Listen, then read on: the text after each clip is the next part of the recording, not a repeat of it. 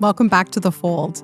I'm your host, Grace Baldwin, and today we have a truly inspiring guest with us. We're sitting down with Jay Perry, photographer, author, humanitarian, and founder of Friends with Hearts. Welcome, Jay. Thank you, Grace. For listeners who may be new and aren't familiar with Friends of Hearts, could you just give us like a 60-second description of what Friends with Hearts is? Sure. In its simplest form, what we do is aim to give kids a Christmas. Started 15 years, it's 15 years ago now. And that's it. It's just as simple as that. We want to make sure that as many kids as possible in Hamilton wake up Christmas morning with something under the tree for them. Lovely. And you've been supporting Good Shepherd through this work with Friends with Hearts.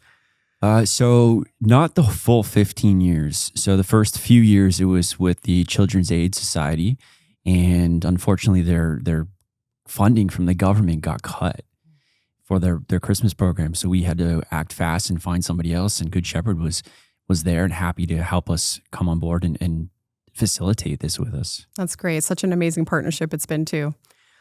Since we last spoke, what has this last year been like for Friends with Hearts? You know, we had our most successful year in 2025. And it's weird to say most successful because the goal every single year is to sponsor one child.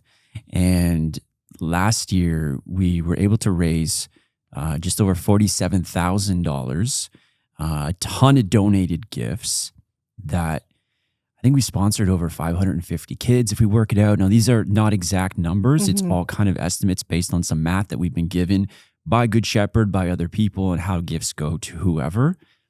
But in terms of numbers only, it was an incredibly successful year.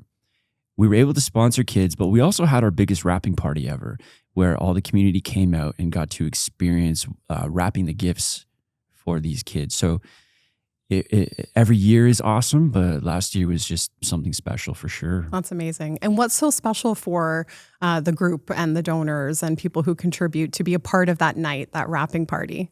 Like, what is so special? Yeah. So what I love about the wrapping party is that it gives everybody a chance to give back. Sometimes people, especially in today's day, aren't financially available, don't have that extra income to give to other people. But I truly believe that everybody wants to help out people, especially kids in their hometown.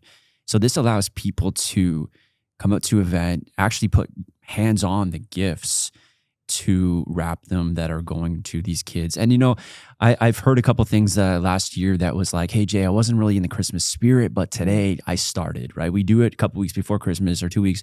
And I started getting into the Christmas spirit because of the event. Now, they get to see everybody around there. This year we brought out, we got a Santa Claus came and he was giving candy canes to all the kids that were there. Amazing. And, you know, we've seen families come from day one to now. Every year they look forward to that. So there's some kids I met that were like 4 years old, you know, 50 or many years later, we see them growing up throughout the years and we take a big group photo at the end.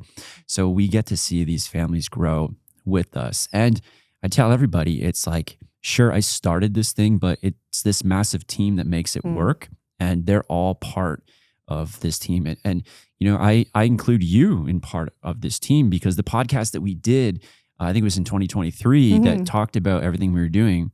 I guarantee, like, I don't know the numbers on that, but I guarantee it helped raise awareness. It helped bring in some donations, some gifts.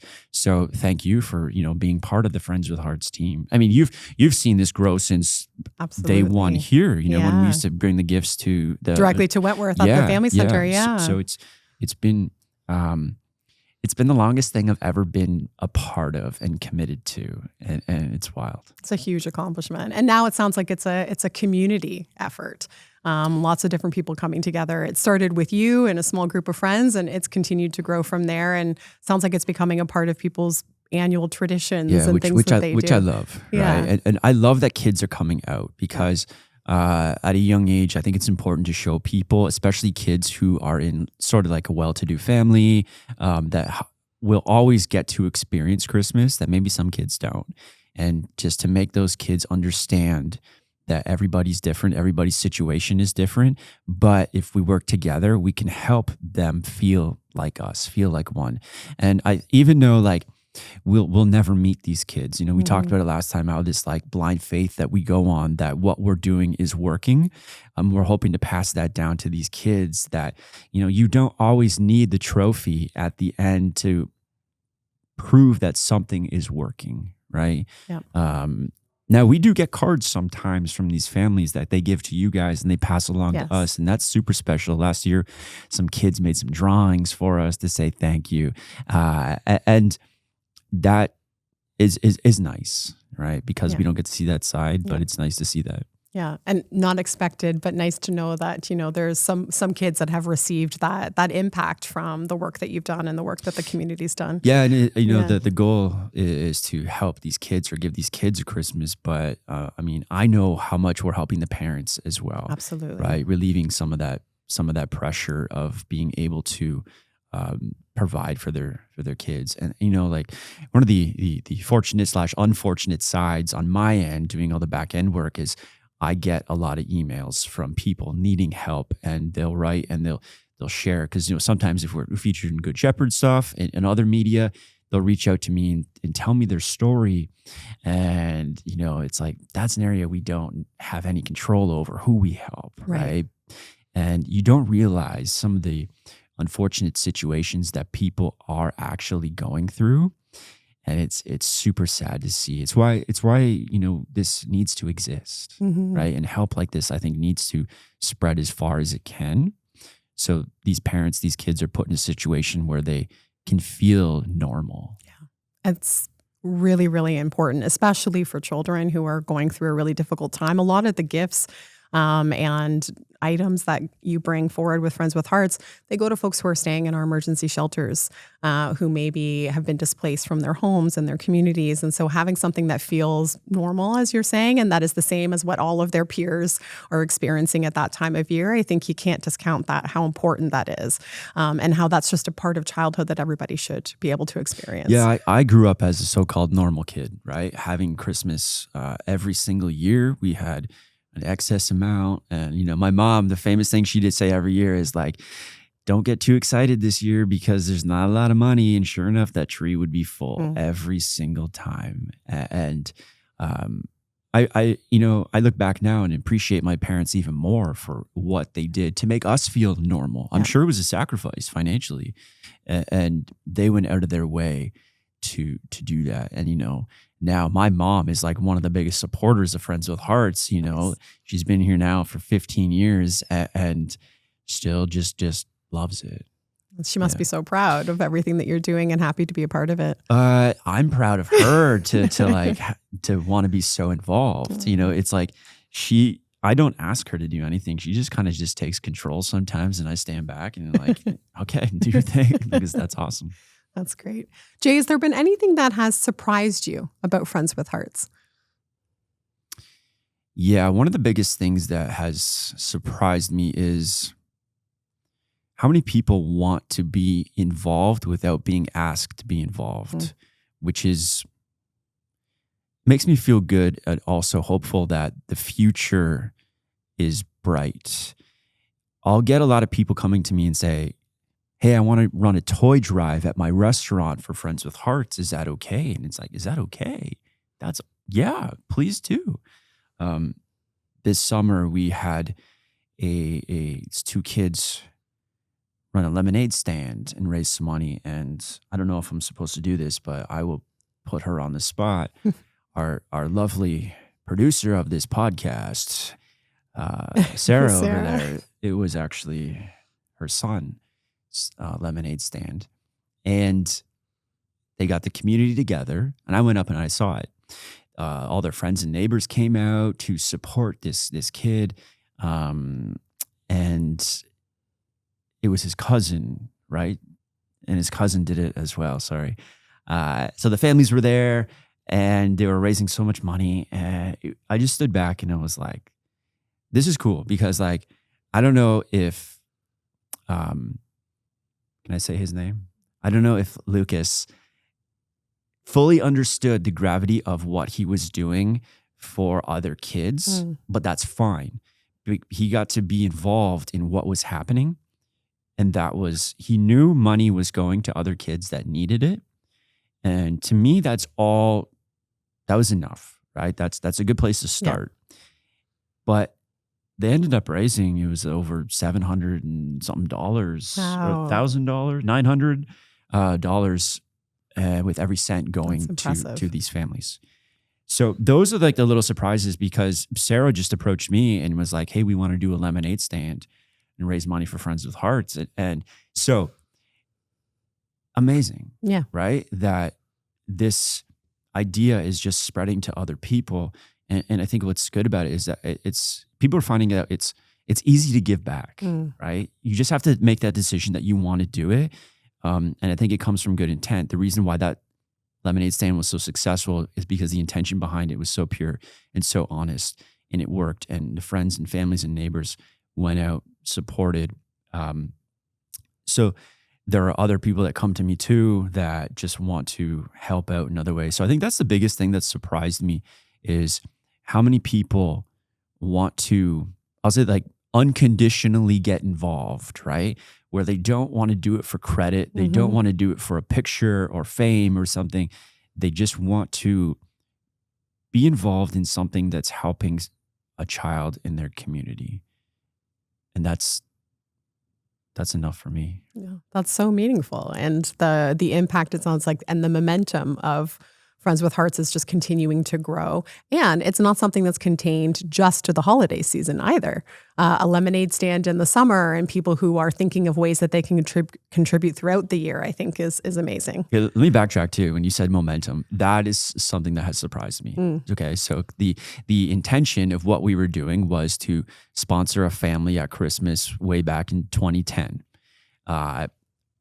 To now, so with that year we raised $1,300, sponsored more than one family. To now, the total is just under $500,000 raised, over 7,000 kids sponsored.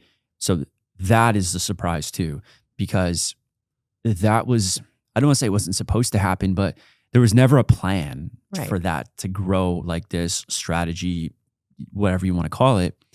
It just organically went there. So it's easy to see. Well, I guess the only way I can see these surprises is when I contrast every single year and see the growth that way. Unintended growth, right? It's a good surprise, happy accident, whatever you want to call it. But we have no intentions of slowing down or stopping.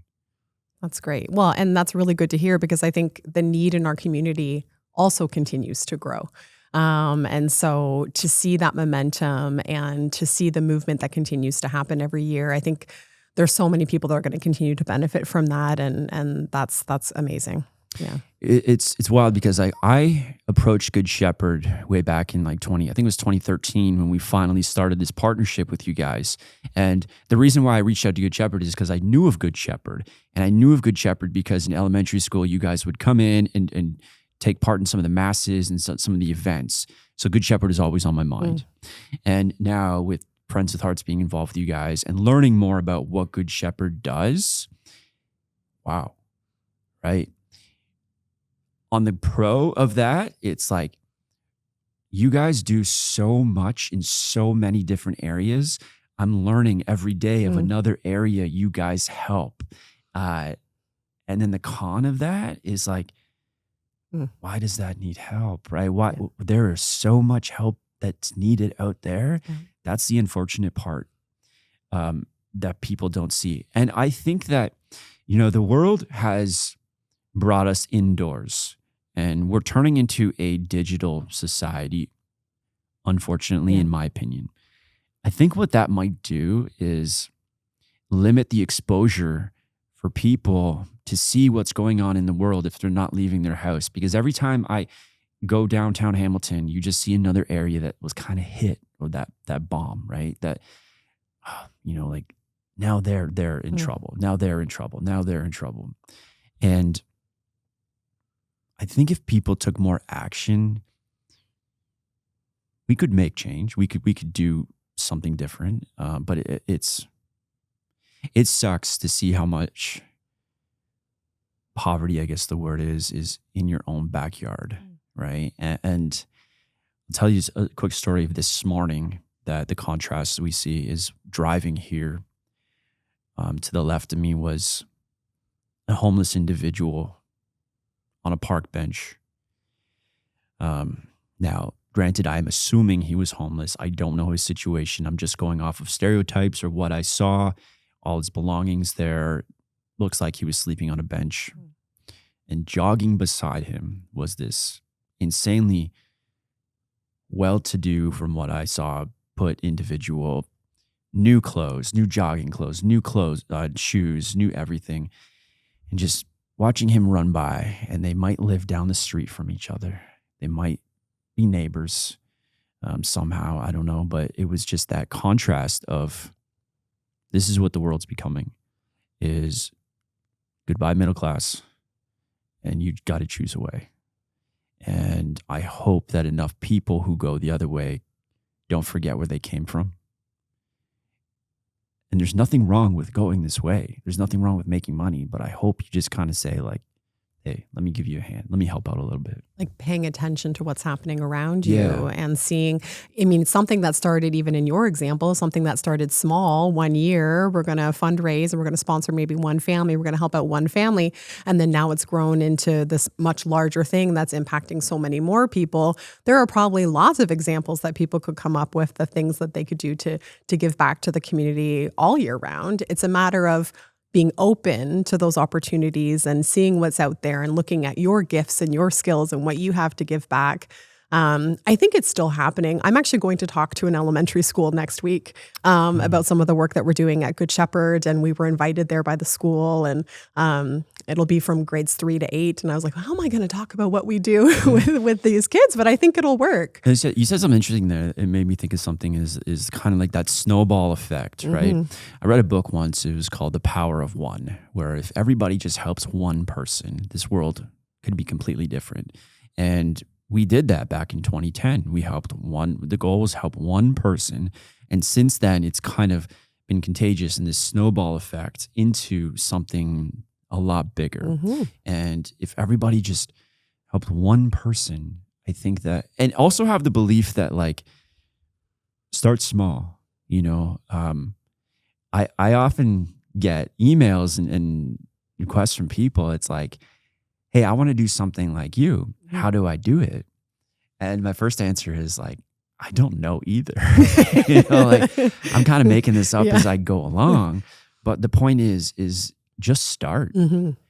Just start and figure things. We've had problems, you know, we've had situations we had to figure out, but we did because the intent was always, let's make sure these kids have the best Christmas ever. Let's bring that magic of Christmas back to them. Yeah, you stayed focused on the goal, the thing that was important to you, and everything else kind of fell into place from there. And nothing is perfect, but anybody can give back. And I think it can feel overwhelming when I think the needs are so great, and we're hearing so much out there in our society right now of all of the challenges. But one person helping one person, right? Yeah. So because I'm so involved in the Christmas part of what Good Shepherd does, where is the need in Good Shepherd side throughout the year that I don't see? That, like, you know, like I would love to know where is the need that you guys are facing? I think the need is there all year round. I mean, we're so blessed by all of the interest and donations that come to us over the holiday season. But I mean, we've got the need for food. I mean, the demand on our food bank programs has just consistently grown every single year and actually every single month. So we're always in need of those types of donations. Clothing, back to school, even, you know, back to school time of year, helping kids with backpacks and school supplies that they need. So again, they can go to school with maybe new running shoes and a new backpack, just like all of their peers and other people in their classes. In the summer, resources for children's programming. You know, what can we do with kids during the year when they're out of the school, you know, on a March break or over the summer? And throughout our programs, we have lots of people that are making transitions into permanent housing. So exiting homelessness, finding new housing. So things like household items, furniture, clothing, linens, bedding. I think the need is there. And I think we often post information on our website too about what the current needs are. And so, yeah, I think all year round there's opportunities, I think, if people are interested. Right. So I think why a lot of people might donate to Friends with Hearts for us is two reasons. One, because like we say that every single dollar goes to the cause because it's just volunteer run. Mhm. I have nothing wrong with charities and nonprofits making money, people work in there. That's great. But I think another reason why they donate is because it's easy to have an association with Christmas, right? And these people who grew up, my mom donates a lot to her time because she grew up in the situation where a lot of these people are. She needed help at Christmas, so she understands.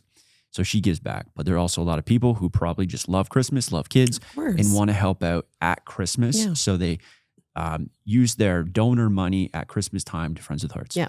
So let's say somebody has an association or a love for going back to school or some specific area that Good Shepherd helps out. When they give money to you guys, can they say where they want their funds allocated? Absolutely. Or do they have to wait for that back to school to come? No, absolutely they can. And it can be a designated donation to a specific program or location. Because we get calls like that a lot at the Family Center too. Somebody who wants to give back specifically to families or specifically to children, or maybe they've had an experience where they stayed in a shelter in the past. And so they really want to give to an emergency shelter program. So there's lots of flexibility, lots of opportunity to customize it to ensure that the resources can go exactly where you'd like them. And something that feels personal to you. I think that's important too. I agree. And Yeah. I think that, what you guys are doing for the community is unreal, right? Again, I learned more about all the different facets that you guys touch, and I'm thinking like, how do they do it all? Well, and I think it's being open and adapting to what's out there in the community and seeing that need. And I think that's something that as an agency, Good Shepherd really prides ourselves on. And it's something that's integral to our mission as well, is, who's out there that we're not currently helping, and how can we be a part of that, and where can we fill that gap? And I think that's really, really important to our leadership here at Good Shepherd. So Jay, is there anything that's been challenging or has become more challenging as you've been going through the years with Friends with Hearts? I want to say no, right? That it's hard work, right? But I wouldn't say there's been challenges. The only challenge we really faced was when the Children's Aid cut their program, and we had to find a new organization to partner with. But since then, to say there's been challenges, no one's ever asked me that question, and I would say that no, I don't foresee any crazy challenges or what I might think is a challenge. Because there are issues that pop up for sure, like this, like for example, we always ran our wrapping party for the past 3-4 years at a local church hall in Hamilton. Well, just before the wrapping party, they had all their copper wire stolen, and there was no electricity, and it was not available for us to use anymore. So we had to quickly figure out where to do a wrapping party. Thankfully, a good friend of mine has a film studio called Evil Empire in Hamilton that reached out and was like, Jay, like, do you need a spot still? Like, yeah. They just come use it, right? No charge, nothing. They just like come in. So that was a challenge that we had to figure out this year. And with that came some logistical challenges of, okay, now we have to rent tables. We had to get all the gifts there. The good thing about the previous church is we had it the week before. We only had it the day or two before. But that's just life, right? Sure. We'll always pop up little things like that. And it is a lot of hard work. Those few weeks, I'm definitely stressed after it. But I know that it's worth it. I don't really do much. I wouldn't say I don't do much charitable work throughout the year, but I save a lot of my charitable energy for those 2 months. Makes sense. And I think anything worth doing is probably going to come with a few challenges, right? Makes sense. And that's what keeps me going, through all the stress and the hard times, is just in the back of my head thinking like, this is worth it. The idea that these kids are going to wake up Christmas morning and have a smile on their face. They're going to go to school and they're going to be able to have conversations with their fellow classmates about, it's like we always go back to school after the holidays. It's like, what'd you get for Christmas? What'd you get? Yes. And it's like, oh, I got this. And I can't even understand or fathom going into school and being like, nothing. Mm-hmm. Right. Awful feeling.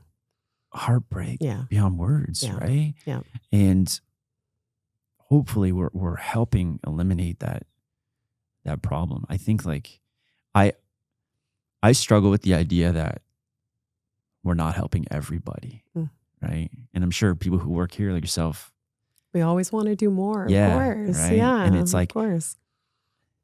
I'm at the mercy of how many kids are under Good Shepherd's services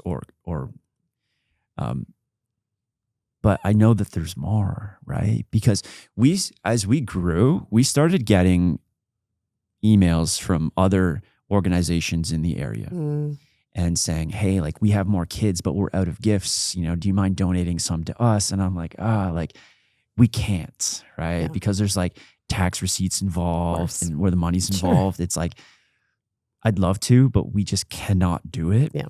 But to know that like we didn't give every single kid a Christmas is the part I struggle with. We don't talk about struggles. And I don't know the solution to that other than I have to internally figure out and say, you can't help everybody. But I don't believe that. I think you can, right? Well, I mean, I think you'll probably find a way or the community will find a way, that's right? the thing where it's like, I think when people think like, I can't help everybody, sure. I can't physically give my money, wrap the gift, buy the gift for every single kid in Hamilton. But I'm hoping what we're doing is as this team gets bigger and bigger and bigger, that together we can help everybody.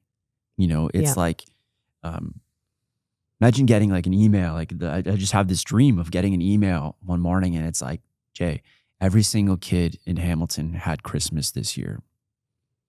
Thank you for your small part, right? Because it's going to be a lot of different places. And I don't care who does it, right? Yeah. I don't care as long as we figure out the solution to that. And is it solvable? I think so. Is it insanely hard to do? 100%. Yeah.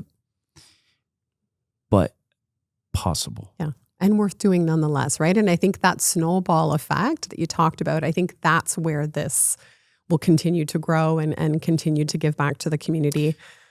Jay, if there's people listening right now who would want to get involved, what kind of support makes the biggest difference right now? Okay, so directly with Friends with Hearts, if you want to get involved, I mean, we always just take donations. And because I still don't know what I'm doing, we just take e-transfers. Okay. If you want to write a check, sure, it's got to be my name, but you can donate financially. That's the easiest grassroots way to do it. And every single dollar that you donate will go to the cause. Other ways is you can come out to our wrapping party. We usually do it the second Sunday of every December. Come out to a place in Hamilton. It'll most likely be at the same studio this coming 2026.